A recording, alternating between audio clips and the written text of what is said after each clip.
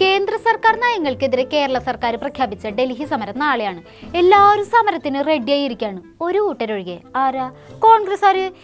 മേലനങ്ങി സമരം ചെയ്യാനൊന്നും ഞങ്ങളുടെ കോൺഗ്രസ് നേതാക്കളെ കൊണ്ട് പറ്റില്ല എന്ന് അറിഞ്ഞൂടെ?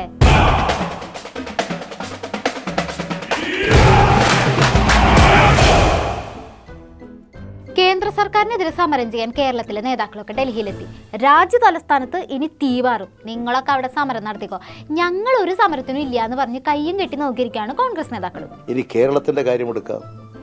കേരളത്തിന്റെ ഇന്ന് വരെയുള്ള ചരിത്രത്തിൽ ഏതെങ്കിലും ഒരു പദ്ധതിയോട് സഹകരണാത്മകമായ നിലപാട് UDF സ്വീകരിച്ചിട്ടുണ്ടോ? We are the sorry. കേന്ദ്ര സർക്കാരിനെതിരെ സമരം ചെയ്യാനേ ഞങ്ങളുടെ കോൺഗ്രസ് നേതാക്കൾക്ക് ഒരു ഇതില്ലെന്നേ. മുട്ടുവരച്ചിട്ടൊന്നല്ല കേട്ടോ, താല്പര്യമില്ല, അത്ര തന്നെ. മാത്രമല്ല, കേരളത്തിനെതിരെ സമരം ചെയ്യുമ്പോൾ കിട്ടുന്ന ഒരു ത്രില്ലുണ്ടല്ലോ, അത് കേന്ദ്രത്തിനെതിരെ സമരം ചെയ്യുമ്പോൾ കിട്ടില്ലെന്നേ. അതുകൊണ്ടാ അല്ല സതീ ചേട്ടാ? നിങ്ങൾ കേന്ദ്രത്തിനെതിരെ സമരം ചെയ്തിട്ടൊക്കെ വന്ന് കോൺഗ്രസിന് എന്തായാലും അതിന് കിട്ടില്ല. ഇടതുപക്ഷവും BJPയും ഒറ്റക്കെട്ടാണെന്നുള്ള ക്യാപ്സ്യൂൾ ഇറക്കി ഞങ്ങളുടെ കോൺഗ്രസ് നേതാക്കൾ ജീവിച്ചോണ്ട്. Kerala government has written to my chief minister. We have an assembly session. Lot of issues are there. After all, they are our neighbors. They are our neighbors. We respect them. They are contributing to the world's economy, country economy. സമരത്തിലെ രാഷ്ട്രീയം കാണണ്ടെന്നാണ് കർണാടക ഉപമുഖ്യമന്ത്രി DK Shivakumar പറഞ്ഞത്. കേരളത്തിലെ കോൺഗ്രസ് സമരത്തിനെതിരെ മുഖം തിരിച്ചു നിൽക്കുമ്പോൾ കർണാടകയിലെ കോൺഗ്രസ് ഇങ്ങനെ ഐക്യദാർഢ്യം കൊടുക്കുന്നത് എന്തൊരു കഷ്ടമാണ്. ഞങ്ങളുടെ സതീശേട്ടനും ടീമും അപ്പോഴേ പറഞ്ഞതല്ലേ അവരുടെ കൂടെ കൂടരുത്, ഒന്നിച്ച് സമരം ചെയ്യരുതെന്നൊക്കെ. ഇത് അവരിനി എങ്ങനെ സഹിക്കും ശിവകുമാർ ഏട്ടാ?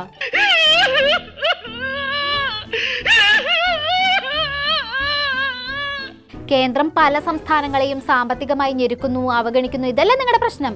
ഇതിനെതിരെ പ്രതിഷേധിക്കാൻ ഇനി സമയമുണ്ടെന്നേ. ഇപ്പൊ തെരഞ്ഞെടുപ്പിന്റെ സമയല്ലേ, നമുക്ക് തെരഞ്ഞെടുപ്പ് ഒരുക്കങ്ങൾ നോക്കാം. അല്ലാണ്ട് സമരത്തിനൊക്കെ ആർക്കും നേരം? ഞങ്ങളെ പ്രക്ഷോഭത്തിന്, ഡൽഹിക്ക് പ്രക്ഷോഭത്തിന് വിളിച്ച സമയം എപ്പോഴാണ്? ഇപ്പം എങ്ങനെയാ പ്രക്ഷോഭത്തിന് വരാൻ കഴിയുമോ ഒന്നിച്ച്? കാരണം ഇപ്പോൾ ഒന്നിച്ച് പ്രക്ഷോഭത്തിന് വരുന്ന സമരമല്ല, നമ്മൾ മത്സരിക്കാൻ പോണ സമയമാണ്. അങ്ങനെ പ്രക്ഷോഭത്തിന് പോകണം എന്നുണ്ടെങ്കിൽ കുറച്ച് നേരത്തെ ആകാമായിരുന്നു. കണ്ടോ ഞങ്ങളുടെ കുഞ്ഞാപ്പയുടെ ബുദ്ധി കണ്ടോ? ഇപ്പൊ പ്രക്ഷോഭമല്ല, തെരഞ്ഞെടുപ്പ് സമയമാണ്. ആ സമയത്ത് ആരെങ്കിലും പ്രക്ഷോഭം നടത്തുമോ? മാത്രമല്ല, നമ്മുടെ കോൺഗ്രസ് നേതാക്കളൊക്കെ ഭയങ്കര ബിസി ആൾക്കാരാണെന്ന് അറിഞ്ഞൂടെ? അവർക്ക് ഇപ്പൊ കേന്ദ്രത്തിനെതിരെ സമരം നടത്താനാണോ നേരം? എടാ വിജയ, എന്താടാ ദാസ, നമുക്കെന്താ ഈ ബുദ്ധി നേരത്തെ തോന്നാത്തത്? ഓരോന്നിനും അതിൻ്റെതായ സമയമുണ്ട് മോനെ. ഞങ്ങളുടെ കോൺഗ്രസ് നേതാക്കൾക്ക് നിലപാടില്ല, അവരൊന്നിലും ഉറച്ചു നിൽക്കണില്ല എന്നൊക്കെ പലരും പലപ്പോഴായിട്ട് ആരോപണങ്ങൾ ഉന്നയിക്കാറുണ്ടല്ലോ. ഇപ്പം എങ്ങനെ ഇരിക്കണ്? കേന്ദ്രത്തിനെതിരെ സമരം ചെയ്യില്ല എന്ന് പറഞ്ഞാൽ ചെയ്യില്ല. കേന്ദ്രം ഇത്ര അവഗണിച്ചിട്ടും ചെറുവിരലനിക്കോ ഞങ്ങളുടെ കോൺഗ്രസ് നേതാക്കൾ? അതാണ് ഞങ്ങളുടെ നേതാക്കൾ. CPM-മായി ചേർന്നുകൊണ്ട് ഒരു സമരം നടത്താൻ ഞങ്ങൾക്ക് സാധ്യമല്ല. കാരണം കേരളത്തിൽ ഞങ്ങൾ അതിശക്തമായിട്ട് നേരിടുന്ന രാഷ്ട്രീയ പ്രസ്ഥാനം ഒന്ന് CPM ആണ്, മറ്റൊന്ന് ഭാരതീയ ജനതാ പാർട്ടിയാണ്. നിലപാട് സിംഗങ്ങൾ. ഇപ്പം എങ്ങനെ ഇരിക്കണ്? കർണാടകയിലെ കോൺഗ്രസ് നേതാക്കൾ ചിലപ്പോൾ നിങ്ങളുടെ സമരത്തിന് ഐക്യദാർഢ്യമൊക്കെ തന്നിട്ടുണ്ടായിരിക്കും. പക്ഷെ കേരളത്തിലെ നേതാക്കളിൽ നിന്ന് നിങ്ങളത് പ്രതീക്ഷിക്കേണ്ട മക്കളെ. കൈകോട്ടും കണ്ടിട്ടില്ല, കയ്യിൽ തഴമ്പുമില്ല, കൈപ്പത്തിക്കൊണ്ടൊരു കിതാബും തൊട്ടിട്ടില്ല. കേരളത്തിലെ കോൺഗ്രസ് ഇത്ര സ്ട്രോങ് ആയി നിന്നപ്പോൾ രാജ്യത്ത് ഒരു കോൺഗ്രസ് നേതാക്കളും കേരളത്തിന്റെ സമരത്തിന് പിന്തുണക്കില്ലെന്ന് ഞങ്ങളുടെ സതീശേട്ടനും ടീമും വിചാരിച്ചു. പക്ഷെ പുള്ളിയുടെ കണക്കുകൂട്ടലൊക്കെ കർണാടക കൊണ്ടുപോയി നശിപ്പിച്ചില്ലേ? കേരളത്തിലെ ഇന്റർണൽ മാറ്റേഴ്സ് ഞങ്ങളുടെ പാർട്ടി അപ്പോസ് ചെയ്യുന്നുണ്ടോ? അവരുടെ ഫൈനാൻഷ്യൽ മാനേജ്മെന്റിനെ പറ്റി അപ്പോസ് ചെയ്തിട്ടുണ്ടോ? I know that is their decision. We are talking about the central government share. What we are getting is less. We are eligible to get more. That's what we are the thing. If the same cause, if not only Kerala, if other states also take, we have to support. കേരളത്തിന്റെ സമരത്തിനൊപ്പം നിൽക്കുന്നതാണ് കർണാടക മന്ത്രി KJ George പറഞ്ഞത്. അപ്പൊ യോജിച്ച സമരത്തിനില്ല എന്ന് നാഴികയ്ക്ക് 40 വട്ടം പറഞ്ഞുകൊണ്ടായിരുന്ന സതീശേട്ടൻ ഇപ്പൊ ആരായി? ഇത്രയും വലിയ ഗതികെട്ടവൻ ഈ ലോകത്ത് വേറെ ആരെങ്കിലും ഉണ്ടാവും എന്റെ കർത്താവേ? സതീശേട്ടൻ വിഷമിക്കാണ്ടിരിക്കെ യോജിച്ച സമരത്തിന് പോവാണ്ടിരിക്കാനുള്ള അത്യാവശ്യം ക്യാപ്സ്യൂളൊക്കെ നമ്മുടെ മുരളീധരേട്ടന്റെ കയ്യിലുണ്ടെന്നേ. അല്ല, മുഖ്യമന്ത്രി ക്ഷണിച്ച സ്ഥിതിക്ക് പ്രതിപക്ഷ നേതാവും ഉപനേതാവും ചർച്ചയിൽ പങ്കെടുക്കുന്നുണ്ട്. പക്ഷേ യോജിച്ച സമരത്തിനെ കുറിച്ച് ഇപ്പോഴൊന്നും പറയാൻ നിവർത്തിയില്ല. UDFന്റെ വികാരം, കോൺഗ്രസിന്റെ വികാരം യോജിച്ച സമരം വേണ്ടാന്ന് തന്നെയാണ്. അവരോടൊപ്പം ഞങ്ങൾ സമരം ചെയ്യാന്ന് പറഞ്ഞാൽ അതിൻ്റെ അർത്ഥം ഇവർ ചെയ്തിട്ടുള്ള ഈ കാട്ടുകൊള്ള ഞങ്ങൾ അംഗീകരിച്ചു എന്നാണ്. അതിനോട് ഞങ്ങൾക്ക് യോജിപ്പില്ല. കേന്ദ്രം നിഷേധാത്മകമായിട്ടുള്ള സമീപനമാണ് BJP ഇതര സംസ്ഥാനങ്ങളോടൊക്കെ ചെയ്തുകൊണ്ടിരിക്കുന്നത്. അത് കർണാടകത്തിനോടും ചെയ്യുന്നുണ്ട്. ഇപ്പോൾ ഇനി തെലങ്കാനയോടും ചെയ്യാൻ തുടങ്ങും. എനിക്കുകൊണ്ട് അത്രയും തീവ്രമായിട്ട് കേരളത്തിനോട് ചെയ്യുന്നുണ്ട് എനിക്ക് തോന്നുന്നില്ല. അത്യാവശ്യം ചില കാര്യങ്ങളിലൊക്കെ കേന്ദ്രം കണ്ണടച്ചു കൊടുക്കുന്നുണ്ടെന്നാണ് ചില റിപ്പോർട്ടുകൾ കാണുമ്പോൾ കാണും. അങ്ങനെ ഡൽഹിയിലെ സമരത്തിന് സർവം സജ്ജം. സമരത്തിന്റെ വിശദാംശങ്ങൾ പറയാൻ മുഖ്യമന്ത്രി വരെയാണ്. നാളെ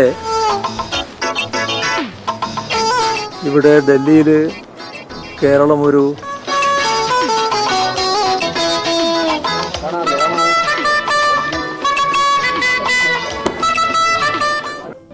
ഇതെന്തൊരു കഷ്ടാണ്. സീരിയസ് ആയിട്ട് ഒരു കാര്യം പറയാൻ വരുമ്പോ എപ്പോഴും ഇങ്ങനെയാണല്ലോ. അല്ലെങ്കിൽ ഞങ്ങളുടെ മുഖ്യമന്ത്രിയുടെ അടുത്ത് മാത്രം മൈക്കിന് എന്താണ് ഇത്ര ദേഷ്യം? അല്ല പിന്നെ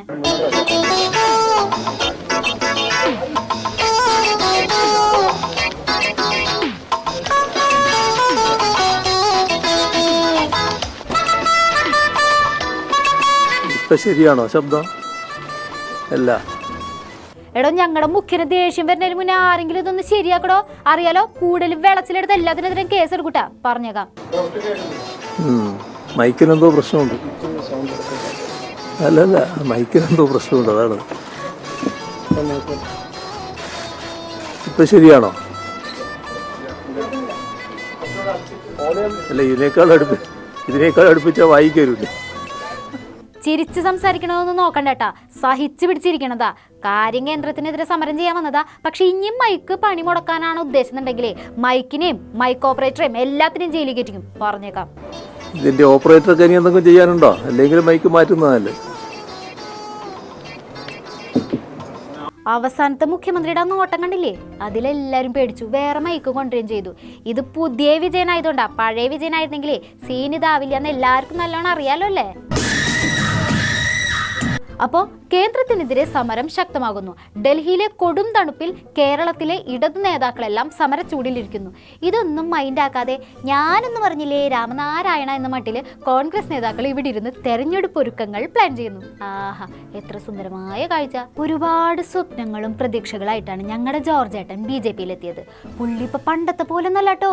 മോദി സ്തുതികൾ കൊണ്ട് ആത്മീയതയുടെ പാതയിലാണ് അദ്ദേഹം. നാവിൽ നിന്നിപ്പോൾ നല്ല നല്ല വാക്കുകളല്ലേ വരുന്നുള്ളോ?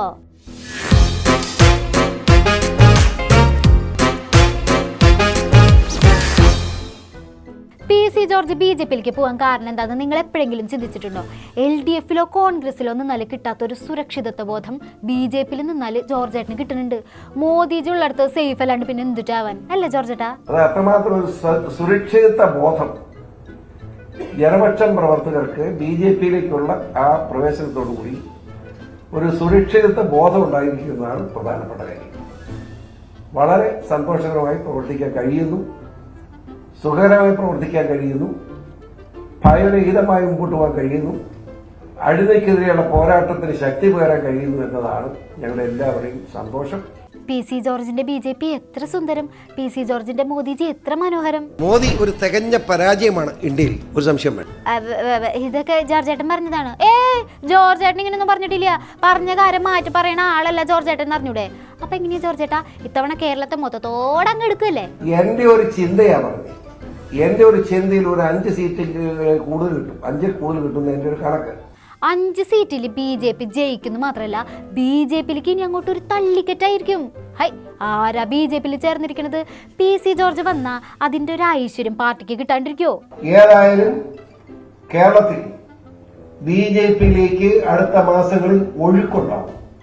ആ ഒഴുക്കിനെ തടഞ്ഞു നിർത്താൻ ആർക്കും കഴിയില്ല.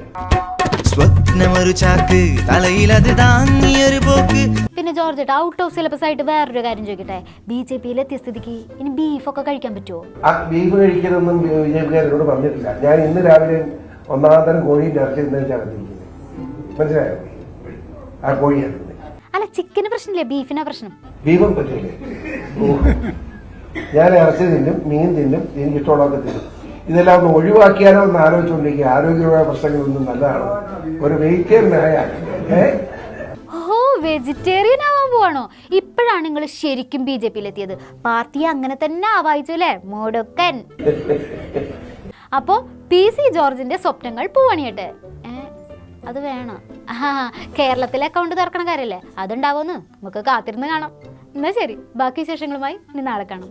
നന്ദി, നമസ്കാരം.